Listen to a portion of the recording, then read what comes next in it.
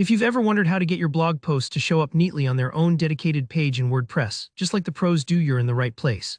By the end of this tutorial, you'll know exactly how to set up a custom homepage and a separate blog page, so your posts aren't crowding your front page and visitors can find your content easily. Let's jump right in. First thing we'll do is create two brand new pages. Starting from your WordPress dashboard, look for Pages on the left sidebar and click Add New. This will take you to the page editor. Here you want to create your homepage. This is what people see when they type in your web address. You can name it Home or really anything you want, but Home helps keep things clear.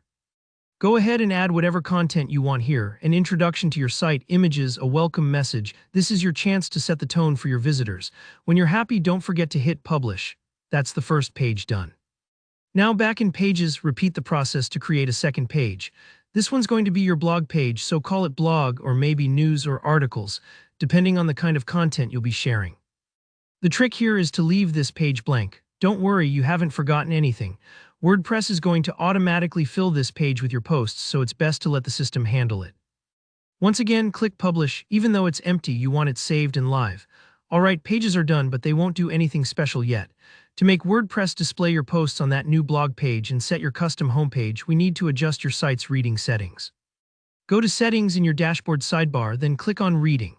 Don't worry if you haven't poked around here before. This is where you tell WordPress what to show visitors when they land on your site. Look for your homepage displays. By default, it's probably set to your latest posts, which is why everything piles up on the front page. We want to change that. Select the option that says a static page. Two dropdowns will appear.